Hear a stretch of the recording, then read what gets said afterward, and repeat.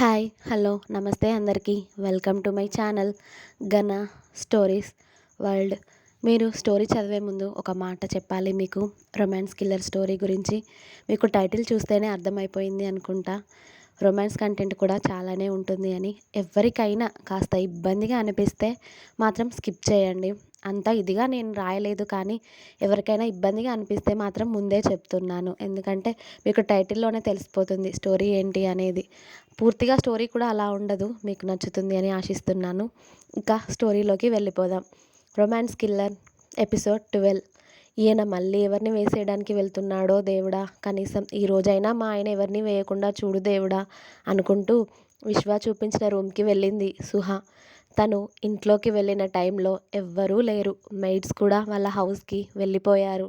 ఇక సుహ ఒక్కతే తనకి అలసటగా ఉండడంతో ఇల్లు చూడకుండా బెడ్రూమ్కి వెళ్ళి హాయిగా నిద్రపోయింది. మన విశ్వబాబు బయటికి ఎందుకు వెళ్ళాడు అంటే, విశ్వ ఫంక్షన్ హాల్లోకి ఎంటర్ అవ్వకముందు ఎవరో కొందరు వ్యక్తులు సుహాని అక్కడి నుండి కిడ్నాప్ చేయాలి అనుకున్నారు. వాళ్ళలో కొందరు తప్పించుకున్నా విశ్వ చేతికి మాత్రం ఇద్దరు చిక్కారు. ముందుగా విశ్వబాబు ఫ్లైట్ ఎక్కి వచ్చేస్తే వెనకాల భైరవ్ ఇద్దరిని తీసుకొని ముంబైకి చేరుకున్నాడు. ఇప్పుడు మన విశ్వబాబు వెళ్ళింది కూడా వాళ్ళకి హాయ్ చెప్పడానికే. మనోడు మంచి మూడ్లో వెళ్ళి ఎవరు పంపించారు, ఎక్కడి నుండి వచ్చారు అని గంట సేపు అడిగినా కూడా వాళ్ళు నోరు తెరవలేదు. హుష్ ఎదవల్లారా, మీకోసం నేను అక్కడ నా వైఫ్ని వదిలేసి వచ్చాను కదరా, చెప్పమంటే చెప్పడం లేదు అంటూ భైరవ్ అని పిలిచాడు విశ్వ. హా బాయ్ అన్నాడు భైరవ్. వీళ్ళని ఎవరు పంపించారో తెలిసే వరకు నీ ట్రీట్మెంట్ ఇచ్చేయి. వీళ్ళకి నేను రేపు మార్నింగ్ వస్తాను. ఇప్పుడు మాత్రం నా కోసం మీ బాబీ ఎదురు చూస్తూ ఉంటుంది. నేను ఇంటికి వెళ్తాను అన్నాడు విశ్వ. ఓకే బాయ్, నేను చూసుకుంటాను అని భైరవ్. కంగ్రాచులేషన్స్ బాయ్ అన్నాడు భైరవ్. ఓ థ్యాంక్ యూ భైరవ్ అని విశ్వ భైరవ్ని హగ్ చేసుకొని అక్కడి నుండి కారులో ఒక్కడే ఇంటికి వచ్చేశాడు. అతడు వచ్చేసరికి మన మేడం గారు ఆదమరిచి హాయిగా నిద్రపోతూ ఉన్నారు. పెళ్లి కూతురు గెటప్లో ఏ ఒక్క నగ కూడా తీయకుండా మంచి నిద్రలో ఉంది సుహా పాప.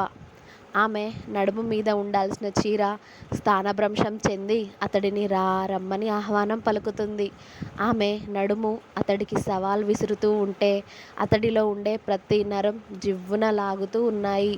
ఆమె అందానికి, ఆమె గుణానికి, ఆమె ప్రేమకి, ఆమె క్యారెక్టర్కి అతడు ఎప్పుడో దాసోహం అయ్యాడు. ఆమె ఒక్క చూపు చూస్తే చాలు అతడి జీవితాన్ని ఆమె చేతిలో పెడతాడు. అతడు ఎలా వచ్చిందో తెలియదు, కానీ అతడి గుండెగూటిలో భద్రంగా తన స్థానాన్ని ఏర్పరచుకుంది సుహ. అతని వ్యసనంగా ఆమె మారిపోయింది. చీకటిలో మెరిసే ఆమె కళ్ళంటే అతడికి ఎనలేని ఇష్టం. అతడు కనిపించగానే ఆమె కనిపించకుండా పడే సిగ్గంటే అతడికి చచ్చేంత ఇష్టం. కళ్ళకి చాలామంది అమ్మాయిలు నచ్చుతారు, కానీ అదేంటో విశ్వాకి మాత్రం అతడి కళ్ళకి, అతడి మనసుకి నచ్చిన మొదటి అమ్మాయి సుహ. ఆమెను అలా చూస్తూనే అతడి కోట్ ఇంకా షర్ట్ తీసేసి బెడ్ దగ్గరికి వెళ్ళి ఆమెని సుహ అని తట్టి పిలిచాడు. కానీ ఆమె గాఢ నిద్రలో ఉంది. అతడి పిలుపుకి ఆమె పక్కకి తిరగడంతో ఆమె తలలో ఉన్న మల్లెలు సువాసనకి అతడికి మతి చెలించింది. ఆమె అందాలకి అతడికి బానిస అవ్వాలని ఎంతో కోరికగా ఉంది. అలానే ఆమెని నిద్రలేపి ఆమెపై అతడి ప్రేమని అంతా గుమ్మరించి ఆమె అందాలని అతడు సొంతం చేసుకున్నాడు. ఇక మీరు చదివారు కదా ఫస్ట్ పార్ట్, అదేలేండి. ఇప్పుడు మనం ప్రస్తుతంలోకి వచ్చేద్దాం. ఎక్కడ ఉన్నామంటే మనం మెయిడ్ వచ్చి సుహాకి అన్నీ ఇష్టమైనవే ఆమెకు వడ్డించడంతో, మీకు ఇవన్నీ గుర్తున్నాయా అని అడిగింది విశ్వాని. హా, నాకు అన్నీ గుర్తున్నాయి సుహా, నీ ఇష్టాలు నాతో పాటు అన్నాడు విశ్వ. ఆ మాటకి సుహ ఓరగా అతడి వైపు చూసి, నా ఇష్టాలు మీకు ఎలా తెలుసో అంది. నీ కళ్ళల్లో అన్నీ నాకు అలా తెలిసిపోతాయి బేబీ అన్నాడు విశ్వ. నిజంగానా అంది సుహ. హా అవును, అంతే కదా మరి. నువ్వు చెప్పకముందే నువ్వు నన్ను ప్రేమిస్తున్నావని నేను తెలుసుకున్నాను కదా అన్నాడు విశ్వ. గొప్పేలే కిల్లర్, మరి నేను నిన్ను లవ్ చేస్తున్నాను అని తెలిసినప్పుడు నువ్వైనా చెప్పొచ్చు కదా అంది సుహ. మీ అమ్మాయిలు ఎప్పుడూ ఎలా ఉంటారో చెప్పలేం కదా బేబీ. ఒకవేళ నేను నీకు ప్రపోజ్ చేశానే అనుకో, నువ్వు నో చెప్పడం నాకు అస్సలు ఇష్టం లేదు. సో అందుకే చెప్పలేదు. కాబట్టి నీతోనే ముందుగా చెప్పించుకున్నాను నేను అన్నాడు విశ్వ. అంటే నేనే చెప్పాలని వెయిట్ చేశారా మీరు అంది సుహ. అవును అన్నాడు విశ్వ. మరి నేను ఎప్పటికీ చెప్పకుండా ఉంటే ఏం చేసేవారు అంది సుహ. నువ్వు అలా ఉండలేవు బేబీ అన్నాడు విశ్వ. అవునా అంది సుహ. ఎస్ బేబీ, నన్ను చూసిన ప్రతిసారి నా పైన ప్రేమ నీ కళ్ళల్లో కనిపించేది నాకు. నువ్వు ఓపెన్ అవుతావని అనుకున్నాను, కానీ ఆ విధవల మాట విని డైరెక్ట్గా పెళ్ళి వరకు వెళ్ళిపోయావు. కనీసం అప్పుడైనా నీకు గుర్తు రాలేదా నేను అన్నాడు విశ్వ అతడు తింటూనే. గుర్తొచ్చావు, అందుకే కదా నీకు కాల్ చేశాను. కానీ నీ ఫోన్ కలవలేదు తెలుసా అంది సుహ. చేసి ఏమని చెప్పేదానివి? నాకు పెళ్ళి కుదిరింది అంటేదానివా అన్నాడు విశ్వ. ఆహా, ఏం చేయాలో అని నిన్ను ఐడియా అడిగేదాన్ని అంది సుహ. మరి నేను అక్కడికి రాకుండా ఉంటే నువ్వేం చేసేదానివి బేబీ అన్నాడు విశ్వ. ఏమో కిల్లర్, నేను అసలు అదంతా ఆలోచించలేదు. అమ్మ నాన్న మాట అనేసరికి నాకు మైండ్లోకి ఇంకా ఏదీ రాలేదు. ఏదో పిచ్చి పట్టిన దానిలాగా వాళ్ళ వెంట వెళ్ళిపోయాను, వాళ్ళ మాటలన్నీ నమ్మేసి అంది సుహ. ఇంకోసారి అలా ఎవరైనా చెప్తే నమ్మకు, అర్థమైందా? నువ్వు ఈ విశ్వ వైఫ్వి. నువ్వు ఈ విశ్వగాడి కన్నా ఇంకా మెచ్యూర్డ్గా ఆలోచించాలి, అర్థమైందా అన్నాడు విశ్వ. అయినా ఇప్పుడు అలాంటి వాళ్ళు ఎవరూ లేరు కదా కిల్లర్ అంది సుహ. ఇప్పుడనే కాదు బేబీ, మన లైఫ్లోకి ప్రతి ఒక్కరూ కొత్తగా వస్తూ ఉంటారు, వెళుతూ ఉంటారు. ఎవరి మాటలు ఎలాంటివో నువ్వు ముందే గ్రహించాలి. నేనున్న ఫీల్డ్లో అయితే ఇది కంపల్సరీ, ఓకేనా అన్నాడు విశ్వ. ఓకే కిల్లర్ అని సుహ ఆమె భోజనం కంప్లీట్ చేసేసింది. విశ్వ సుహ ఇద్దరి ఫుడ్ కంప్లీట్ అయ్యాక విశ్వ గారు, నేను ఒకసారి బయటకి చూస్తాను అని ఇంటి బయటికి వెళ్ళింది సుహ. అందరూ అక్కడక్కడ బ్లాక్ డ్రెస్లు వేసుకొని గార్డ్స్ కనిపించడంతో, వామ్మో వీళ్ళందరూ ఏంటండి ఇక్కడ అంది సుహ. వాళ్ళు అలానే ఉంటారులే కానీ అన్నాడు విశ్వ. అదే ఎందుకు కిల్లర్ అంది సుహ. సెక్యూరిటీ బేబీ అని చెప్పాడు విశ్వ. కిల్లర్కి సెక్యూరిటీనా అంది సుహ. హా అంటూ ఆమె వెనక అడుగులు వేస్తూ ఉన్నాడు విశ్వ. సుహ అదంతా చూస్తూ గార్డెన్లోకి వెళ్ళబోతూ ఉంటే విశ్వ ఆమె చీర కొంగుని పట్టుకున్నాడు. సుహ తన చీరని లాగినట్టు అనిపించడంతో తన భుజం మీదుగా వెనక్కి చూసింది విశ్వ వైపు. ఏంటి అని తన కళ్ళు ఎగరేసింది. ఇల్లు చూసే పని, ఈ గార్డెన్లో తిరగడం, అలాంటివన్నీ నేను ఇంట్లో లేనప్పుడు పెట్టుకోవాలి నువ్వు, నేను ఉన్నప్పుడు కాదు అంటూ ఆమె కొంగుని అతడి చేతికి చుట్టుకుంటూ ఆమెను వెనక్కి లాగుతూ ఉన్నాడు విశ్వ. అలా అతడు లాగుతూ ఉంటే సుహ ఒక్కో అడుగు వెనక్కి వేసుకుంటూ వచ్చి విశ్వని తాకి ఆగింది.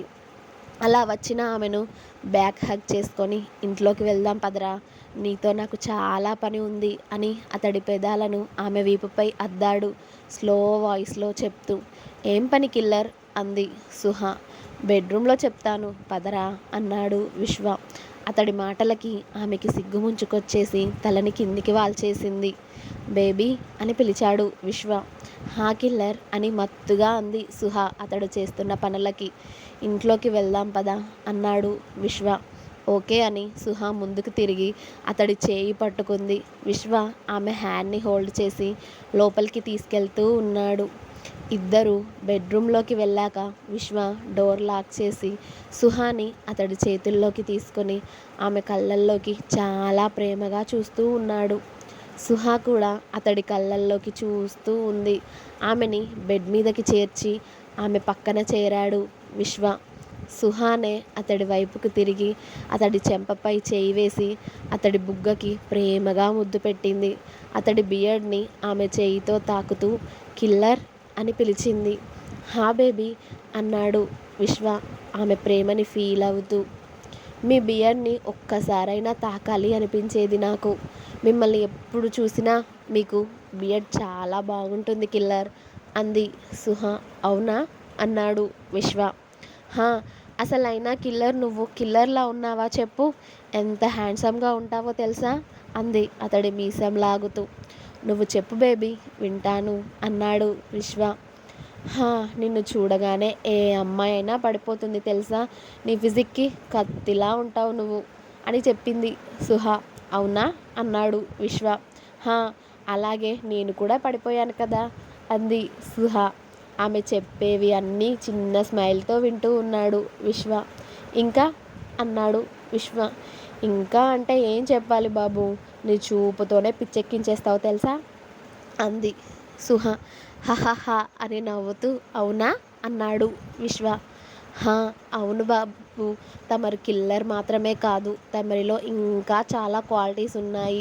అవన్నీ చూసే కదా నేను పడిపోయా అని నవ్వింది సుహ.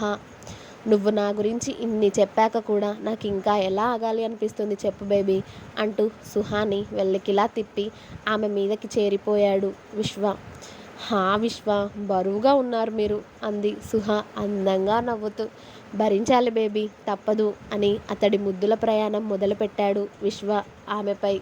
అతడు పెడుతున్న ఒక్కో ముద్దుకి ఆమె ఒళ్ళు వేల ప్రకంపనలకి గురవుతూ ఉంది. అతడు ఏం చేసినా తను ఇష్టంగా స్వీకరిస్తుంది. బేబీ అని పిలిచాడు విశ్వ. హా కిల్లర్ అంది సుహ. ఇది రావడం లేదురా అన్నాడు సుహ కొంగుని పట్టుకుని.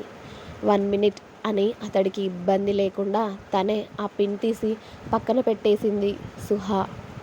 ఆమె కొంగుని ఆమె ఎదపై నుండి తప్పించి ఆమె గుండెలని లాలించి పాలించి చీర కుచ్చిళ్ళని పట్టుకొని సుహ వైపు చూశాడు విశ్వ. అతడి భావం అర్థమైన ఆమె కుచ్చిళ్ళకి ఉన్న పిన్నిని కూడా తీసేసింది. ఇక ఆమె ఒంటి మీద నుండి చీరను వేరు చేసేశాడు. అతడి గరుకు గడ్డం ఆమె ఒంటికి తగిలిన ప్రతిసారి ఆమె నోటి వెంట తీయని మూలుగులు వెలువడుతూ ఉన్నాయి. ఆమె మూలుగులకి అతడికి ఇంకా ఇంకా ఏదేదో చేయాలి అన్న కోరిక ఎక్కువ అవుతూ ఉంటే ఇద్దరు వితౌట్ డ్రెస్సెస్ బ్లాంకెట్ లోపల ఉన్నారు. అతడు ఇస్తున్న తీయని బాధకి ఆమె చేతిలో పిల్లో నలిగిపోతుంది. అది చూసిన విశ్వ ఆమె అరచేతులని అతడు చేతుల్లో బంధించేశాడు. అలా తెల్లవార్లు వాళ్ళ ప్రేమ యుద్ధం కొనసాగిస్తూనే ఉన్నారు. కిల్లర్ అని పిలిచింది సుహ. హా బేబీ చెప్పురా అన్నాడు విశ్వ. ఇక చాలు విశ్వ అంది సుహ. ఆహా నాకు చాలలేదురా అన్నాడు విశ్వ. హా ఇక వదిలే కిల్లర్, నాకు నిద్ర వస్తుంది ప్లీజ్ అంది సుహ. ప్లీజ్ బేబీ 1 మోర్ టైం అన్నాడు విశ్వ. సుహ విశ్వ బుగ్గ పైన చిన్నగా ఒకటి వేసి టైం చూసావా ఎంత అవుతుందో, సిగ్గుందా నీకు అంది బొంగమూతి పెట్టుకొని సుహ. విశ్వ చటుక్కున ఆమె పెదాలని కిస్ చేసి నువ్వు అలా చూస్తే నాకు ఇంకా ఎలానో అవుతుంది బేబీ అని గారాలు పోయాడు విశ్వ. కిల్లర్, దెబ్బలు పడతాయి నీకు చెప్తున్నా ప్లీజ్, ఇక నా వల్ల కాదు అంది సుహ. ఆహా నాకు కావాలి అని మారం చేయడం మొదలుపెట్టాడు విశ్వ. సరే ఇదే లాస్ట్ టైం చెప్తున్నా, మళ్ళీ అన్నావనుకో చూడు అని సుహ అనేలోపే మళ్ళీ ప్రేమగా ఆమెని అల్లుకుపోయాడు విశ్వ. లాస్ట్కి సుహ అలసిపోయి నిద్రలోకి జారుకోవడంతో ఆమెని అతడి ఎదపై పడుకోబెట్టుకొని జో కొట్టాడు. ఇంకా ఉంది. నెక్స్ట్ ఎపిసోడ్ రేపు వస్తుంది. మీకు నా స్టోరీ నచ్చినట్లయితే please like, share and comment, subscribe Gana stories world. Thank you.